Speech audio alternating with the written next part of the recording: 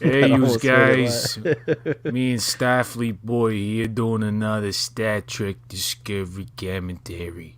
Yeah, you want a piece of the action? You gotta come and join us. And I see Blue Sparrow is already there, man. This time it's season 3, episode 1, called "That Hope Is You, Part 1." I don't even know what accent I'm doing. I like just that hope is you, Pat. When it's like really. Uh, uh.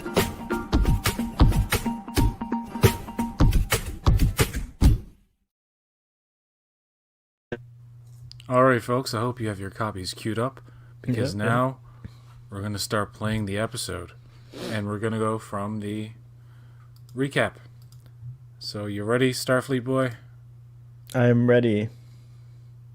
3, 2, 1, go. Dark Discovery. As long as there's any possibility of control Perfect. getting access to Discovery sphere data, Excellent. everything will die, always. By the way, for those of you just tuning in, we're at 15 seconds. 16, 17, 18, 19. It's a nice little recap of a season I no longer care for. No, I'm just kidding. I kind of don't care for it anymore. Michael goes to Discovery. We need to go to the future. Why? It's about your kids. Well, they turn out to be assholes or something, Doc? So funny. I love that line when he says, do they turn out to be assholes? It's one of my favorite lines in that trilogy. Anyway, back to the future of Star Trek. The Back to the Future of Star Trek.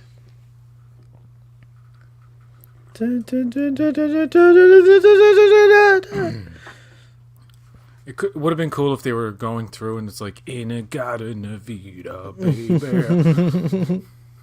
Dun, dun, dun, dun, dun, dun, dun, dun, like tripping out. This was kind Actually, of cool. I forgot, Michael Burnham trips out in this episode. She does. This is a fun way to wake up every morning. Bum, bum. This is how Starfleet Boy gets out of bed every day. Wouldn't it have been funnier if, like, you see that the bird's an alarm clock and he just, like, smashes it? Yeah, that would have been funnier. It would have been cruel and many people would have cried. Even though it's, like, not real. What a job, man, for 40 years. Just to sit here and wait for Michael Burnham. And he's like, I'm so glad I never had a phaser this whole time. Because I would have blown my brains out. Oh, my God. I mean, I don't understand it. I think they should have showed in this montage just, like, a little glimpse of, like, him doing recreational things. And it would have been, I mean, I know they couldn't have explored his character a lot, but, like, he had, like, a holographic wife and stuff. And you know what I mean? Like, in that time, you could, it's feasible that you could live a life with, like, in a holographic world. Yeah, he's But for sure doing recreational things, but yeah, they didn't show it. Like, this is a Constitution class wreckage right here. This ship, I found out they've since released better pictures of all these ships. Oh, I'm gonna go full screen just because I have to enjoy all these space battles whenever we get them. This sounds to me, the sound design, the look of it, it feels and sounds like Star Wars. Actually, in my head, I was like, oh my God, I forget the Star Wars theme.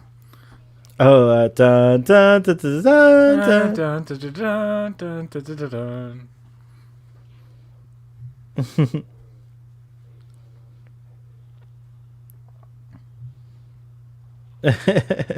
He's like, there's me future girlfriend. She literally falls out of the sky. Yeah, and you know, what a coincidence that two Oops. people who are a perfect match for each other happen to find each other in this particular circumstance. It is pretty wild, but it happens. It happens. It's called destiny. The effects are way better already Or- this season. Or as George McFly would say, density. Density. You are my density. Come on, George. You got to be smoother than that, George. That looks so good. Look how good I that like looks. this little where it eats the thing. Yeah. It's a nice little, like, pointless waste of money, but it's fun. Mm. I wouldn't say pointless waste of money. I mean, it's a flourish.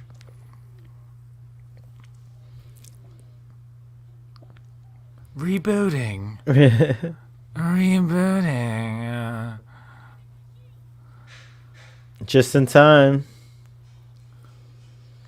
Oh, I thought she created that crater, but it was already there.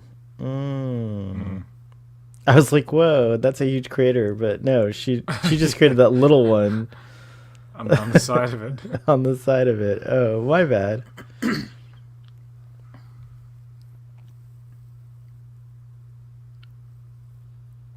Isn't it crazy that even in the 32nd century, this suit is potentially too advanced for even this time period? Like, it has to be destroyed.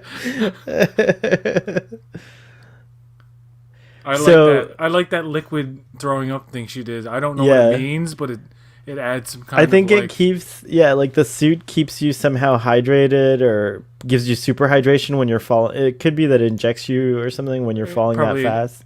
Yeah. Like a stabilization or inertial gel or dampening stuff, liquid or something. Yeah, keeps you extra hydrated or whatever. It is pretty, this landscape. It's very nice. So now she sends the suit back in time to do the last signal, the one that we see that Spock sees in at the end of season 2, and then she destroys it. But did she have to? For plot reasons, she can't. Yeah, I guess she can't go around with this thing in this time. Like, I mean, the danger. I don't know if the control. I don't know. Doesn't matter anyway because they knew they had to get rid of it. Mm-hmm. But I know people did complain, like, why can't you just keep it and use it? Oh shit! And another reason too, she has to send the final signal to Spock. Yeah.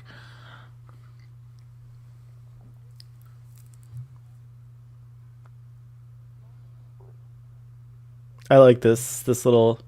If they hadn't done this, I like it because it is kind of, they all thought all sentient life was gonna be gone. So. Yeah. So she's like, it worked. Whoops.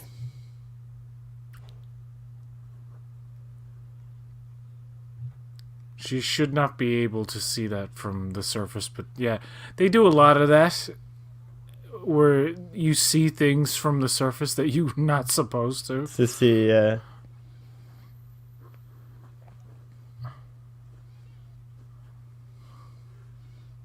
I like that the suit kind of has a posture just like a human would. It like does that launch thing where it like bends for a second, then it goes up. Yeah, it's kind of cool. On autopilot, it could potentially walk around. And they built that, and they never built anything quite like it ever like again. Ever again. It's more advanced than Data. Oh my god, yes. well, Data's superior in terms of sentience and whatnot. Well, yeah. That suit has all the sphere data. Well, at least the mom's version has the sphere data. What happened to that suit? That one wasn't destroyed, by the way. GT Dubs. Wouldn't it be cool if Burnham gave the order to the suit and the suit was like, "I'm sorry, I can't do that, Michael." That was a 2001 reference. Yes, it was. For anybody who didn't know. They're like, what is he saying?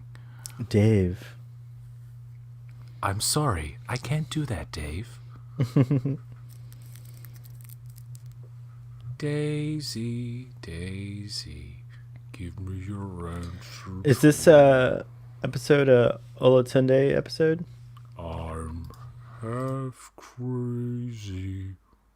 Over the love. That's on the soundtrack, and it's actually great Oh, is to it? listen to. Yeah. What were you saying? I'm sorry when I was doing that. I was You wondering said- who directed. Was this Olatunde Osunsami who directed this episode? No, I think it was Hanali Culpepper. Culpepper. Oh, If cool. I Wow, remember correctly, I should look it up. she got season 3's premiere and Star Trek Picard. That's cool.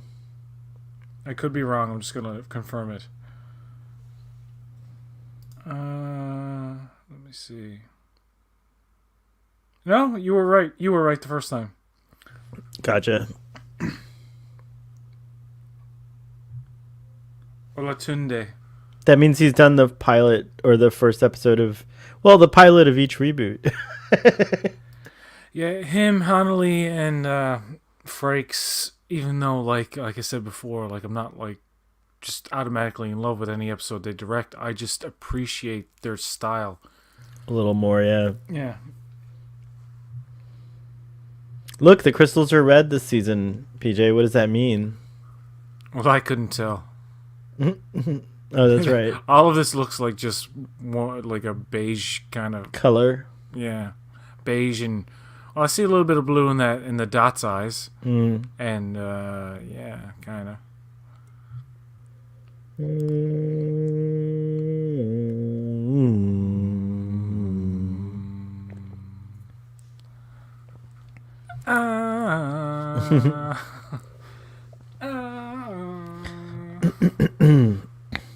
Oh, they put the new badge. That's right. Mm. Oh, they fixed that there too. Not fixed it, but updated it. Yeah, this theme is good. Like when I first heard it, I was like, "Oh, this is some Star Trek stuff."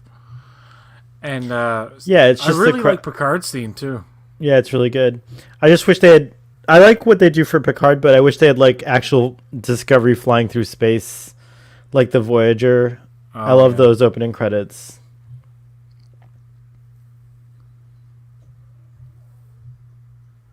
I think the theme for Strange New Worlds is going to take a modern approach. That ship looks like it's there. It's really good CGI. It's going to be like boom, pa-choom, You think boom, they'll do boom, the same pa-choom, thing, like an boom, animated pa-choom, boom, boom, pa-choom. It's credit Strange sequence New or Worlds. Yes, that does look very photorealistic. It looks like right? it's really It looks there. Yeah. there. It's good.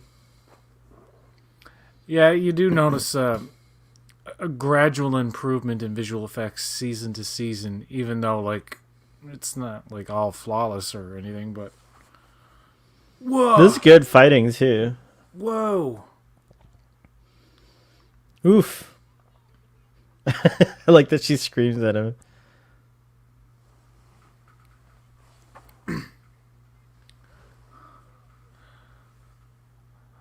Why are you so beautiful? And why am I attracted to you all of a sudden like? That's a shitty accent I'm doing. No, not his accent, the way I'm doing it. I like that. I don't want to know who you are. Boom. What is is this what they call a meet cute? A what? A meet cute. You ever heard of that? No, I've never heard of that. Oof.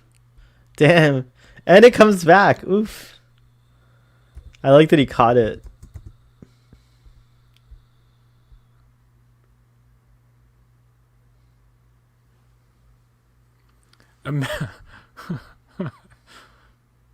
A meet cute is an amusing or charming first encounter between two characters that leads to the development of a romantic relationship between them. That was their meet cute. Yes. That was their amusing and charming first encounter.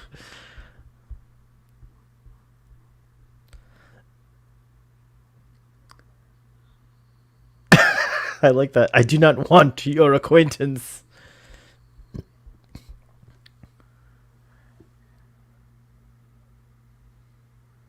What you going around ripping holes in space for, eh? What's the bloody problem? I like that. I saw a crazy woman in a fun ass suit. Yeah, he's a. Goddamn, I forgot his name. David Ayala. The actor or book the character? Hello, A book, yeah. That book's name is David. No. David Ayala, or Oh, David. yeah, yeah. Okay,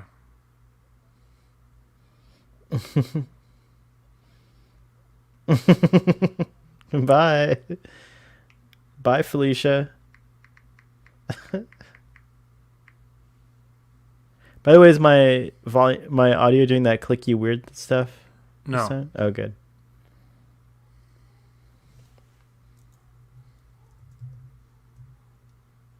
David Ajala, yeah, okay. Yeah, I said it wrong. I guess. Sorry. No, I accidentally called him David Oyelia. Oh, fuck! I can't even say that name. Oyella. Fuck. Never mind. Forget it. I'm sick of trying to pronounce names and sounding like a moron. And some people are like, "You should be able to like learn how to pronounce names." I'm like, I'm so bad at it though. You just gotta try. It's like Hana Lee. I was like Hanel Culpepper for like a year. And I was one of those people that called Downton Abbey. Did you call Julie Brown Downton Julie Brown? No. And mayor of Easttown, which is Mare of Easttown. For like 2 weeks, I was calling it Mayor of Easton. Easton. Because you know that thing where you look at a name and you don't really look, and you don't hear other people say it, and you're like, oh fuck! Oh, I do that all the time. Yeah.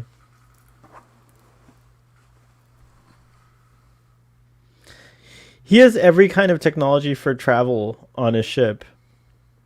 He has slipstream. He has warp drive. He has it's crazy. I've got a horse and buggy in the back and everything. I do like his spaceship. I love that it's like a bachelor pad. I don't know how nothing fell off the shelves, but whatever. It's programmable matter, probably. Yeah, that makes sense. Oh, there's a little kitty cat. Poo-poo. Yeah, Grudge is just about as relevant as number 1 in Picard. At least Grudge has more screen time, though. Number 1 was only like in an episode or something. Yeah, they couldn't have him around for too long because he was misbehaving. Yeah. That's what you get for hiring a non-actor dog and thinking it's going to work out. Like, what were they thinking? A non-actor dog. It's true.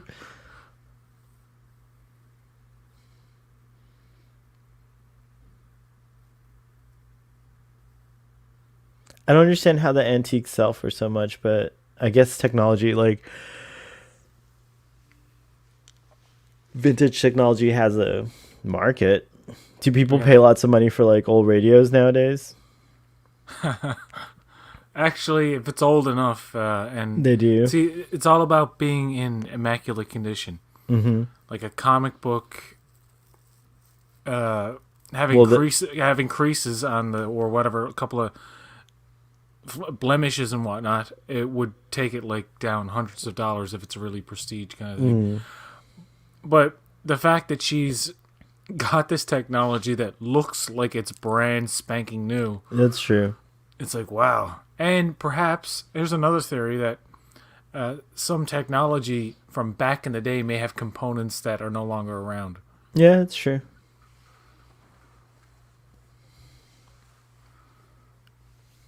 I would love to have seen more of her as a courier. She was like a courier for a whole year, right? Wasn't there a book? Oh, there might be. No pun intended. About her year in with book. It's a good question. I don't know. Yes, there is. Hold on, let me see now. I'm gonna.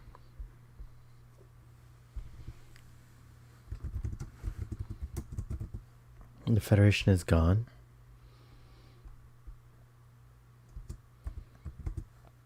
That's impossible. It's good. It's good face acting here. face acting.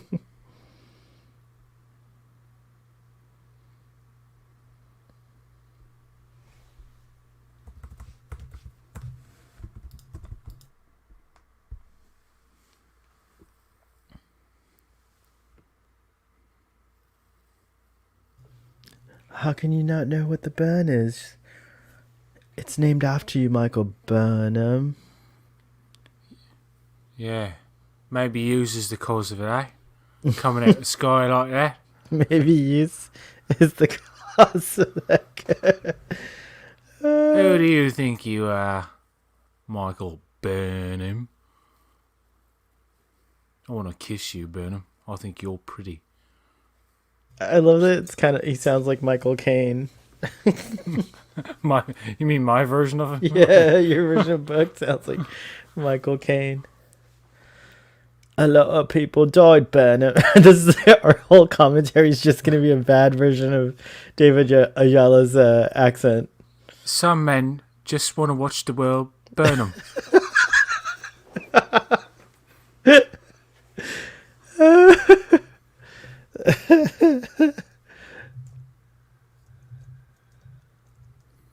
Yes, the book is called Wonderlands, and it's by Una McCormick, and Oh, nice. it is set in the year that she was off with the book.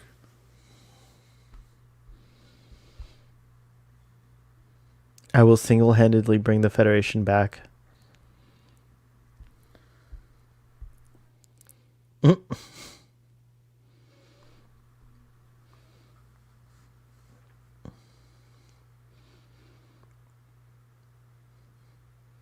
Oh, I actually feel her pain.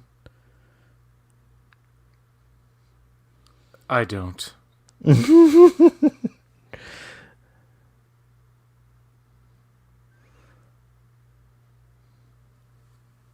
good special effects back there with the moons. Oh, you have a long blank, right? It was like a long blank there. Now we're on a hill. There's another planet or a moon. There's two different moons from before. And it's Burnham, shot of Burnham. Yep. And now it's the city. The city. Yeah, we're all good. I think this is not as bad as I thought it was the first time around, actually. I like this effect. I think I was complaining about it a little, looking too CGI, but it looks good. It's okay. I don't know what it is about. It doesn't even matter what century they set anything in. It's just Yeah. the VFX decoration is always like shitty transparent holograms. And I get it. But what humanoid species do you find the most attractive after humans, PJ? For me, I think it's the Orions. The TOS and all of Star Trek, but mainly in Discovery. The Orions in Discovery? Not the Discovery not in Orions. season 3. Because they look like the plastic people from the Primus video. Some of them look all right. Like, I think this one coming up, if I remember, the ones coming up were all right. I don't like it. What's his face looks weird. The nephew. Yes. The problem with that is that I think they thought that just putting green makeup on straight up human characters or human people would be too tacky, I guess, because they did that in season 1. Remember, and I can't remember season 2, but if they had Orions in there, but in season 1 when they show them, like Clint Howard and stuff, I couldn't tell right away that he's an Orion. I had to like look to see the green makeup kind of thing. Look, there's an Orion. She looks all right. Yes, these Orions look very, very green to me. Mm-hmm. When the season 1, I had to like really kind of look, like because it looked like almost like olive colored skin. To me, I don't know. It's weird. The color blindness. Personal transporters. That's a cool technology. That's a cool update. to Star Trek technology, Yeah. like making transporters like no big deal. Well, for a while they probably weren't that big of a deal, but I like the fact that it's like an instant thing. Yeah. It probably uses some other kind of like properties as opposed to the beaming and the taking apart and putting together in some other spot. Oh yeah, like maybe it uses a teleportation of like through dimensions or something weird. Yeah, something like like bending the Bending space. Yeah. That's cool. Yeah, you basically have to take everything that Trek can do and just make it 10 times easier. They take that a step with Picard where people are just like walking through. And they transport, yeah. Yeah. This Orion's alright. He's kind of shiny, but he's not as like rubbery as the other one. Yeah, you can see he has some difficulty moving his face because he isn't a face mask. Yeah, I do see it now. Now that you pointed out, I do kind of see it. But it's a better mask than some Nephew, others. Yeah. I really like the look of that Orion. Not Orion. Andorian. Andorian. Oh, drugged her. What do you think they gave her? It's roofies, right? PCP. Oh, PCP. Okay. This is shot well. I like the disorientation. That effect is created by using digital video stabilization. Yeah, you tell me. With yeah. I'm gonna try to do this effect. And kind of gyrating the camera and then applying that effect creates that kind of like weird.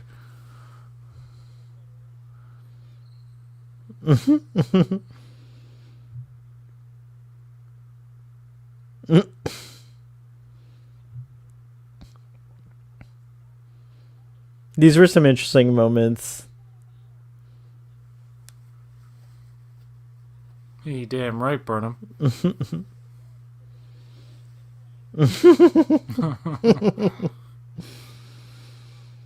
She's like, I don't give a shit. They didn't do anything with this I need to talk to your higher self thing.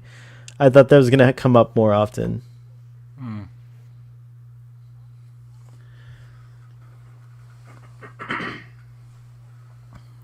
She doesn't look too bad either. Mm-hmm. It's like they didn't put like a lot of crap on her face. These are Beetlejuiceans. That's what Yor is. He's the same kind of... we see Yor later on, the guy from the Kelvin timeline. Yeah. A character that originated in the motion picture, I believe. Picture, right. Yeah, that's right. I think that's right.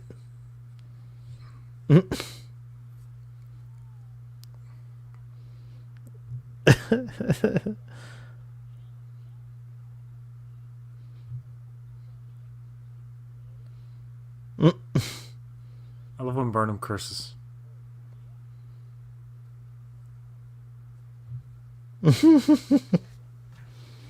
Thousand-year-old women in space.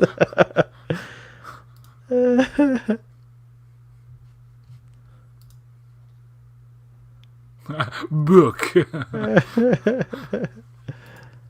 Yeah, I remember like this.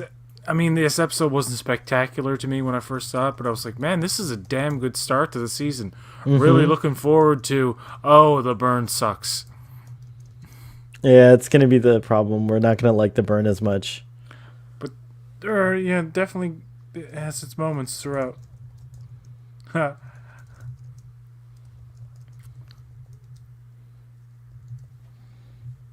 Does anyone care if I shoot him? This feels like a new show. It kind of felt that way, right, PJ? I feel like... This feels like a new show altogether. Yeah. With just happens... It feels like a spin-off of Discovery, funny enough. That's funny, With the Discovery and people still there. It's just like they just totally changed. Yeah, I agree, Blue. I agree with that, too. Boom. This whole like idea that she can be like high as F and still be a good fighter. I know it's realistic because training can do that, but I just find it funny. She's probably super focused. Yeah, if you're trained really well, like you can use that energy, right? Like to focus it in your training. Mm.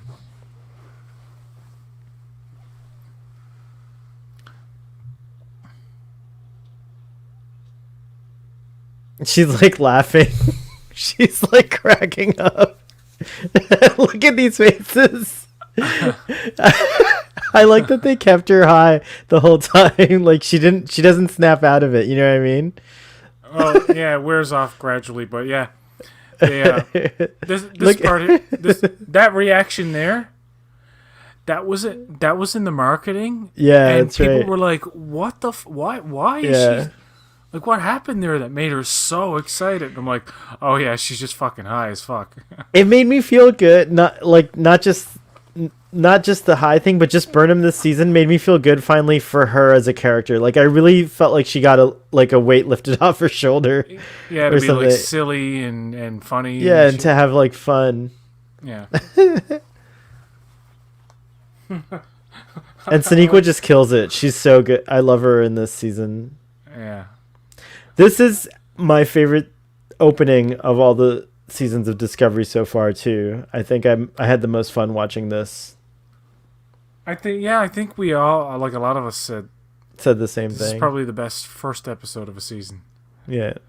And then of course, we might say like, that's not saying much. No, I'm joking. I'm joking. I kid. June. I mean, and I like how they show up afterwards, like real quick. Like you just can't get out of it that easy because these guys have the same technology. But I get it. It's kill or be killed, but like Michael kills a lot of people in this episode. I don't have a problem with it because she doesn't know that's that what there's I mean. It's a kill or be killed situation. I mean, I wish they could have easily. She could have been like, "Is there a stun setting on this?" And Book would have been like, and then they changed it. That would have been a cool scene, actually. You know what I mean? Like if she realized and she was just like, "Is there a stun setting?" Mm. And then it would have said something about the world if he's like stun setting. Yeah, like no. Like no one does stun. We shoot to kill. Yeah, honey, they ain't no stun here. And it's almost like the best death because it's so instant you'd never know you died. Yeah. At least if vaporization is that, right? Not like the one in the older Treks where it's like it took a while, yeah. You screamed. You screamed in pain, it's true. It's like 90% of their body is gone and just their torso and head is left, but somehow they're still screaming. Whatever. I like that shot. Yeah, filming on location, they really took advantage of it. These are all like... Yeah. That's one of the things that really adds to the verisimilitude. The scope. Or the verisimilitude. The believability of it, yeah. And I'm glad that they don't have to do a lot of color manipulation. I guess it doesn't look like it anyway, where they tint everything. Oh yeah, look other planet like. It does look the most natural this season, doesn't it? Yeah. It looks like the environment just looks that way.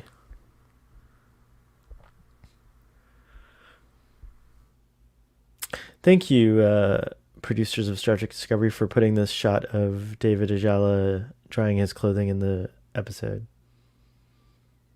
It's a very nice shot. Oh, this is where he does the thing.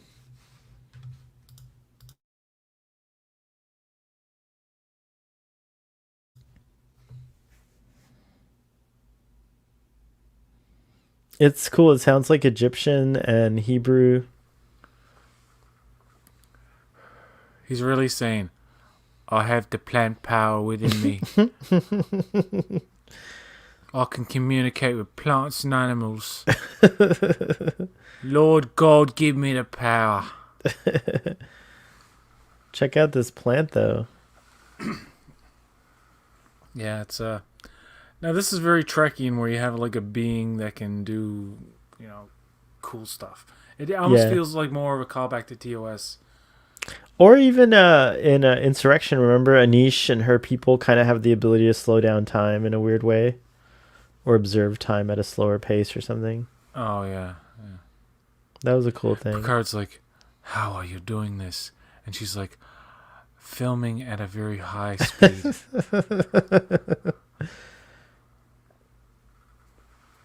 So that when you play it back.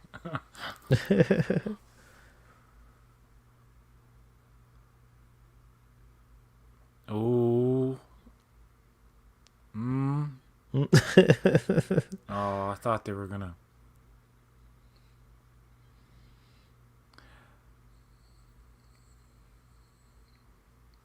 They do the I guess sexual chemistry or tension between them very subtly. You Yeah. can see it, but it's not like it's not in the forefront. I mean, it's more about the situation at hand. Situation, yeah. Than them hooking up right away or anything. But you can tell there's a spark. There is a spark. He's looking at her a lot in this I know, episode. like, and It's her like, too. damn, she's when so pretty. Like, god damn, I literally crashed into an angel. How do you talk to an angel? A red angel. Angel of mine. Who Just sang that? call me Red Angel in the morning. I like how season 2 We Are Starfleet became a hashtag movement, and then True Believer became a hashtag movement in season 3. It was funny. And then just like all those memes, they become twisted and evil.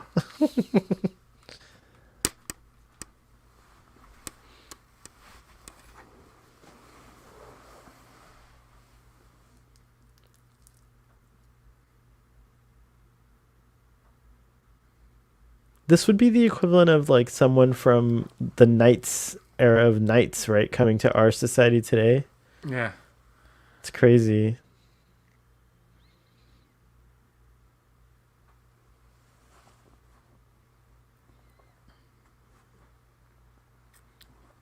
They almost made it back.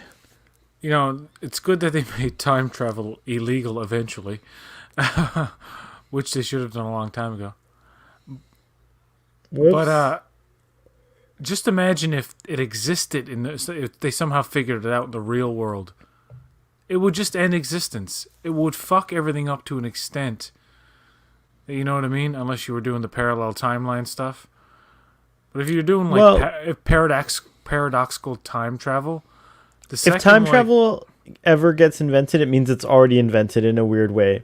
Like it means time travelers are already among us. And there must be some kind of like way of maintaining a general like historical timeline. You know what I mean? God, What? I just figured out all the UAPs that the Are time government has been machines? recording. But see, that would fuck up the timeline because You wouldn't know it from your perspective because only the time traveler knows what's been changed. If you get my meaning, like from the perspective of yeah. like everyone else, like time's just the way it's always been. mind blown. Mind blown. And this guy's like, I like that Andorian. I really do. I love his design. I like this this creature too. I thought it was pretty cool. The transworm. And that Andorian's face is reminiscent of like the kind of narrow, bony face that you saw in TOS. TOS. Oh, I meant to say in my thing that the dude who plays the fake Andorian kind of talks a little like Jeffrey Combs does in Enterprise.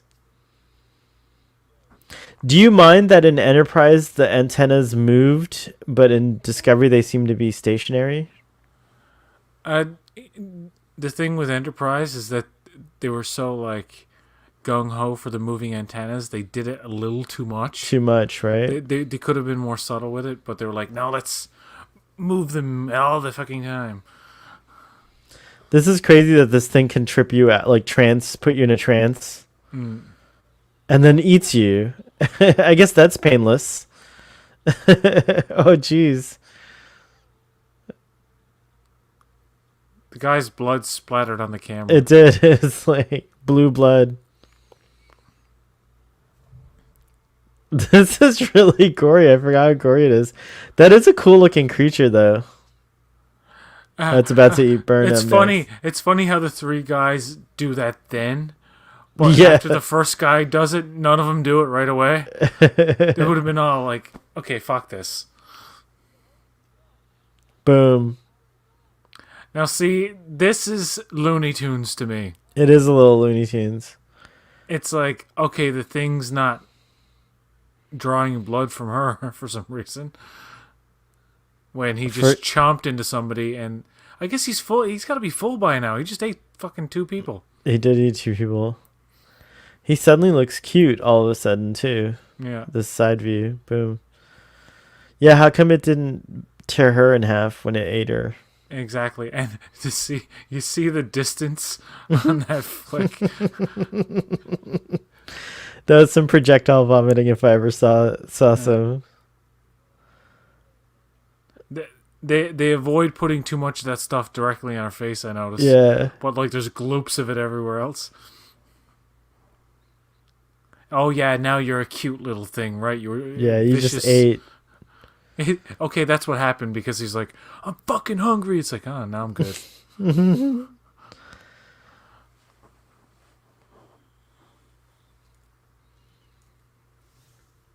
The new warp drive. I don't mind that they do this kind of thing with this technology. I don't like that they've abandoned the traditional Starfield warp effect from days of yore, which they actually use in Lower Decks. Mm-hmm. I'm like, I love that. That was iconic to me. It was an iconic image, and yes, TOS kind of just did the ship zooming by in the series as opposed to just like I don't know, I like the simple visual effects that they overcomplicate in later iterations. I mean, optically speaking, I think, if I'm not mistaken, this is somewhat more realistic of what warped space might look like. From the perspective of a person traveling through it, but I agree with you as well. My understanding is like, okay, you're in a big ship, and you're going faster than the speed of light in a warp bubble. Now, some iterations or interpretations, you kind of see the bubblish effect, especially in Discovery and stuff. But I always imagined the warp field that's generated as something that's completely invisible, which they've established, and that the reason you're seeing streaks of stars is because you're passing them so fast that, the light is still, back a couple of, I can't really explain this well, I'm sorry. No, I get it. I get what you're saying. I like these, like... Now this is a different place, right? From the from Book's Planet. This is the Sanctuary. Yeah, I think a lot of people, and I think maybe originally thought, oh, these are Book's Planet and Book's people. That's what I thought too, because they're kind of all dressed alike and stuff, but they're dressed similar to like how Phillips, man, she just she loves. I'm serious, like she's the best designer of black clothing I've seen in any TV show. But they do a lot of it though. Like they try to take the color out of a lot of things. And they're only doing, I mean, it could be like a signature of Discovery that there's a lot of navy blues and blacks and I mean they get into some, I guess, reds. A lot of red in season 2. Yeah, I guess so. But you're right. Like I can just see the basic colors of it, right? Like I could be looking at something that I think is black or green, and it's like orange and navy blue. You know what I mean? So people have to correct me on like what I'm seeing in the wardrobe because Yeah. Wow, look how big this thing is. for example, the first contact uniforms. What color are they? Gray, right? People tell me First gray. contact? Yeah, yeah. Yeah. Oh, that's cool. I never noticed that before. Holy shit. For the longest time, I thought it was violet, Oh, like wow. a pale violet. PJ, where they landed turned into the graphic display of the space station. Yeah, I know. Yeah, I remember That was that. cool. Yeah. I didn't notice that before. That was a nice Discovery has transition. yes. I love this scene. This gave me. I was crying like a baby when I watched this scene the first time. I'm getting a little watery eyed right now, as a matter of fact. This particular director, Olatunde. Sensomi. Yeah, he's good at transitions, and I think there's another one. There's another director who's really good at those transitions. Oh my gosh, look at this. I love this scene. This is like what I live for. This is an iconic Star Trek moment, in my opinion. It like goes up there with like all the memorable scenes in Star Trek. I guess. Whatever, man. I like how you're like, whatever. Whatevs, bruh. I just love that his name is so close to my real name. Mr. Sahil.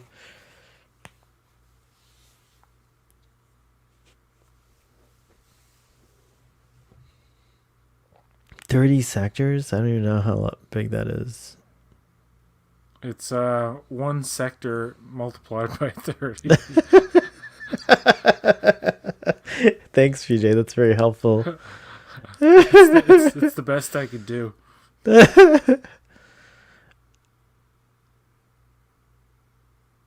Everyone was like so happy when he came back at the end of the season. Marta Cunningham is the other director that does the best transitions, because in Light and Shadows, I think some of the best things about that episode were the transitions. There were like a lot of them, like a lot of clever ones. There were a lot of good ones. Like Home Improvement, if it was Star Trek in the modern times.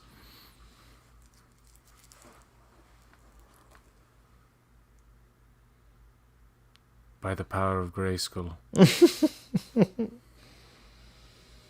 He-Man. They're going to get here exactly a year later, Burnham. Don't worry. You're going to find them.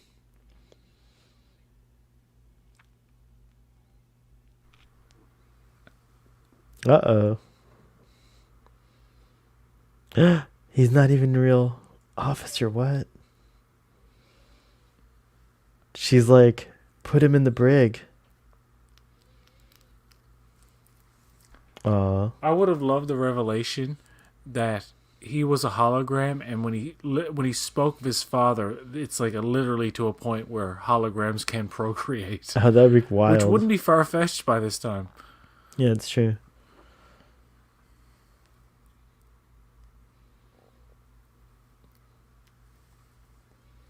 Is you. That hope is you, Commander Burnham. That's right. Make it show. Yes, Burnham. That hope is you part 2 as well. I can't believe it. I actually have water in my eyes. And I'm doing a commentary. I'm not even fully paying attention, and it made me get all teary-eyed.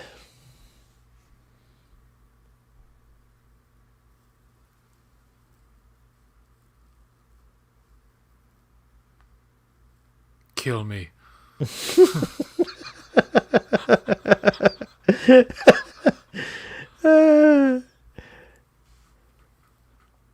It's an interesting new flag of the Federation. It speaks to the time that it exists in. I'm actually I have a shirt of that, as you've seen me wear.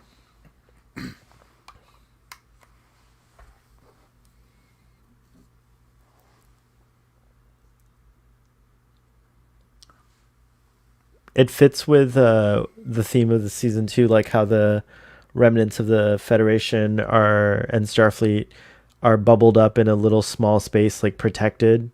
If you look at this one, it Yeah. looks like there's like these like these swords protecting the bubble of the Federation. You know? I like when Sahil, in the last episode, when they meet up again, he's like, "That hope is you, part 2." This season is so.